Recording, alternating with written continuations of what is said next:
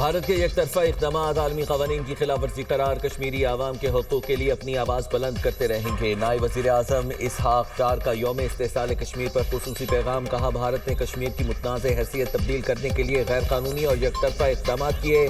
مقصد کشمیر کی متنازع حیثیت کو تبدیل کرنا تھا۔ بھارت کے غیر قانونی اقدامات کشمیر کی متنازع حیثیت تبدیل نہیں کر سکتے۔ مقبوضہ کشمیر کے عوام مسلسل بھارتی مظالم کا سامنا کر رہے ہیں۔ پاکستان ہر عالمی فورم پر کشمیر کے لیے آواز بلند کرتا رہے گا۔ وزیر اعلیٰ پنجاب مریم نواز کا یوم استحصال کشمیر پر مظلوم کشمیریوں کے ساتھ اظہار یکجہتی، آزادی کی جدوجہد میں شہداء کے خاندانوں کو صبر و استقامت کے لیے بھی سلام پیش کیا گیا۔ کہا 5 اگست 2019 کا دن کشمیریوں کی شناخت پر حملہ تھا جسے پاکستان کبھی تسلیم نہیں کرے گا۔ وزیر اعلیٰ KP سہیل آفریدی نے کہا یوم استحصال کشمیر ظلم، جبر اور بنیادی حقوق کی پامالی کی یاد دلاتا ہے۔ 5 اگست 2019 کا بھارتی اقدام عالمی قوانین اور انسانی حقوق کے خلاف تھا۔ مقبوضہ کشمیر میں بھارتی ریاستی دہشت گردی کی مذمت کرتے ہیں۔ تمہارے ساتھ تھے اور ساتھ ہم رہیں گے، کشمیریوں کی پاکستان کے ساتھ مکمل وابستگی اور یکجہتی کی عکاسی۔ یوم استحصال کشمیر کے موقع پر ISPR نے نیا نغمہ آزادی جاری کر دیا۔ یوم استحصال کشمیر پر گورنر ہاؤس پشاور سے ریلی نکالی گئی۔ قیادت گورنر KP فیصل کریم کنڈی نے کی۔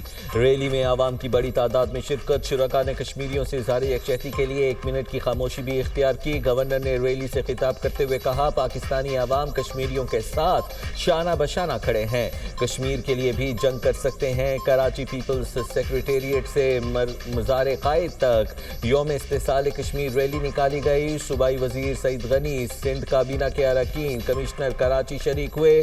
طلباء اور طالبات سمیت مختلف شعبۂ زندگی سے وابستہ شخصیات نے بھی شرکت کی۔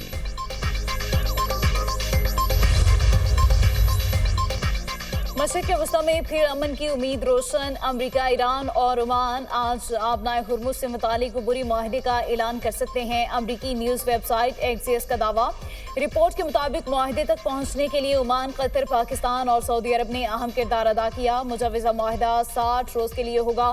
آبنائے ہرمز میں داخلے کے لیے تجارتی جہاز ایران کے سمندری راستے کا استعمال کریں گے۔ آبنائے ہرمز سے نکلنے والے جہاز عمان کے سمندری راستے سے گزریں گے۔ عبوری معاہدے کی مدت کے دوران تجارتی جہازوں سے کسی قسم کا ٹول ٹیکس وصول نہیں کیا جائے گا۔ معاہدے کا مقصد امریکہ اور ایران کے درمیان حالیہ جنگ بندی کو مضبوط بنانا ہے۔ اس سے جوہری پروگرام پر دوبارہ مذاکرات کے لیے سازگار ماحول پیدا ہوگا۔ ایرانی وزیر خارجہ عباس عراقچی نے گزشتہ ہفتے کے آخر میں اس فریم ورک سے اصولی اتفاق کیا تھا۔ ایران کی اعلیٰ قیادت نے منگل کے روز اس کی منظوری کا عمل مکمل کر لیا۔ آبنائے ہرمز بہت جلد کھل جائے گی۔ آبنائے ہرمز نہ کھلی تو ایران کو سخت فوجی کارروائی کا سامنا کرنا پڑے گا۔ اس وقت ایران کے ساتھ بہت اچھے مذاکرات جاری ہیں۔ امریکی صدر ڈونلڈ ٹرمپ کا فاکس نیوز کو انٹرویو، بولے امریکہ ایران پر ایک بڑا فوجی حملہ کرنے والا تھا، تہران نے ہم سے مذاکرات کی درخواست کی۔ ایران کے ساتھ معاہدے میں جوہری ہتھیار حاصل نہ کرنے کی ضمانت شامل ہوگی۔ اگر تہران معاہدہ نہیں کرتا تو صورتحال اس کے لیے بہت خراب ہوگی۔ ڈیموکریٹس کی پالیسیاں امریکہ کو تباہ کر دیں گی۔ امریکی وزیر خارجہ مارکو روبیو کہتے ہیں امید ہے ایران کے ساتھ جلد آبنائے ہرمز سے متعلق معاہدہ ہو جائے گا۔ آبنائے ہرمز کو دوبارہ کھولنے کے لیے مذاکرات میں پیش رفت ہوئی ہے۔ امریکی وزیر خزانہ کا کہنا تھا کہ ایران کے ساتھ آج یا کل ڈیل ہونے کا امکان ہے۔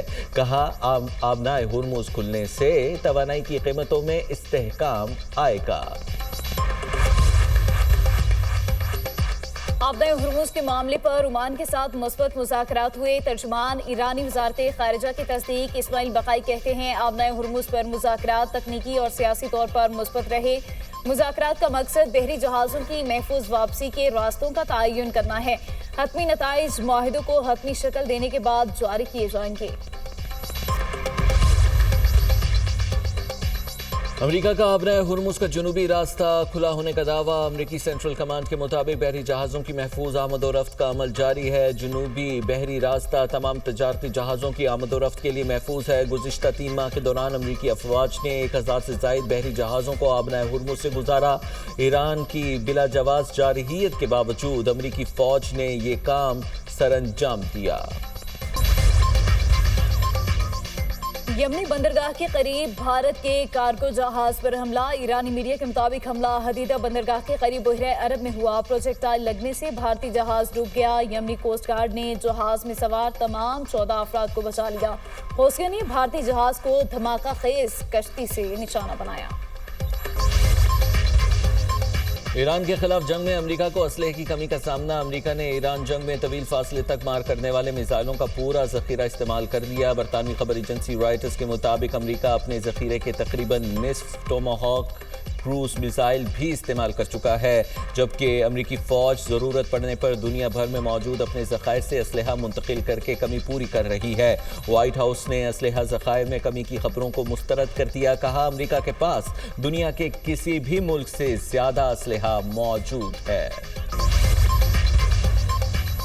پاکستان اور امریکہ کے درمیان واشنگٹن میں ازداد دہشت گردی مذاکرات کا چوتھا دور. اعلامیے کے مطابق دہشت گردی کا مقابلہ کرنے کے دونوں ممالک کے عزم کا اعادہ کیا گیا. دہشت گردی کے خلاف تعاون کو مزید مؤثر بنانے کا فیصلہ، بارڈر سیکیورٹی کو مضبوط بنانے اور دہشت گردوں کی معاونت اور سہولت کاری کے نیٹ ورکس کو ختم کرنے کے اقدامات پر گفتگو. دہشت گرد تنظیموں کے خلاف مشترکہ عزم کا اعادہ کیا گیا. امریکی وفد کی قیادت انسداد دہشت گردی کے لیے امریکی کوآرڈینیٹر نے کی. پاکستانی وفد کی قیادت وزارت خارجہ کے اسپیشل سیکریٹری نبیل منیر نے کی.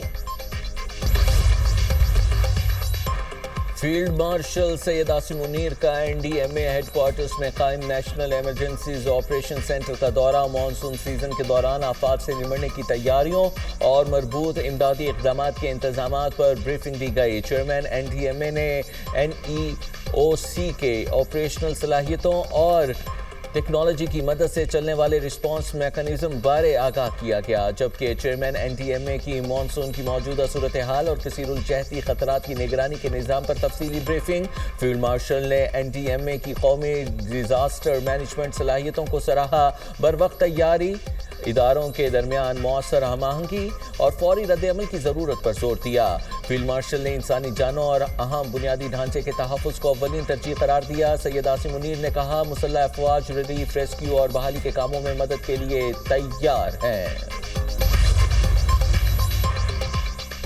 وزیراعلیٰ پنجاب مریم نواز سے جاپان انٹرنیشنل کوآپریشن ایجنسی کے صدر کی وفد کے ہمراہ ملاقات. پنجاب میں جائکا کے مختلف ترقیاتی منصوبوں پر تبادلہ خیال. عوامی ترجیحاتی شعبوں میں اشتراکی کار کے امکانات کا جائزہ لیا گیا.